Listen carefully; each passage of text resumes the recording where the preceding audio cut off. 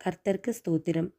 இன்றைய காலை தியானத்திற்கான வசனம் சங்கீதம் 121 3ஆம் வசனம் 4ஆம் வசனம். உன் காலை தள்ளாட விட்டார், உன்னை காக்கிறவர் உறங்கார். இதோ இஸ்ரவேலை காக்கிறவர் உறங்குவதுமில்லை தூங்குகிறதுமில்லை.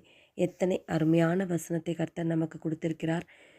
உன் காலை தள்ளாட விட்டார், நம்மை காக்கிறவர் உறங்கார்னு சொல்லப்பட்டிருக்கிறபடி நம்மை காக்கிற தேவன், வானத்தையும் பூமியும் சிருஷ்டித்த தேவன் நம்மை எப்பொழுதும் காக்கிறவராக இருக்கிறார். நம்மை, நம் குடும்பத்தை, நம் சபையை, நமக்கு கொடுத்த அழைப்பை காக்கிறவராய் தேவனாய் இருக்கிறார்.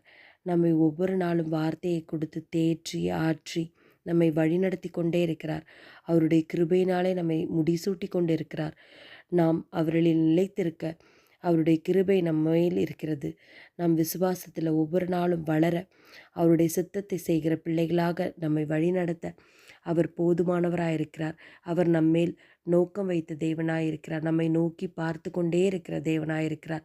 எத்தனை அருமையான ஒரு தேவனை நாம் பெற்றிருக்கிறோம். அவர் நம்மளுடைய மேய்ப்பராயிருக்கிறார். நாம் அவர் மேய்ச்சலின் ஆடுகளாயிருக்கிறோம். அவருடைய சத்தத்தை கேட்டு நாம் நடப்போம். ஆம், நம் தேவன் நம் காலை தள்ளாட விட்டார், நம்மை காக்கிறவர் உறங்கார். இதோ இஸ்ரவேலை காக்கிறவர், ஆவிக்குரிய இஸ்ரவேலாகிய நம்மை காக்கிறவர் உறங்குவதுமில்லை தூங்குகிறதுமில்லை. அவர் துதிக்கிற துதி எப்பொழுதும் நம் வாயில் இருக்கட்டும். ஆமேன்.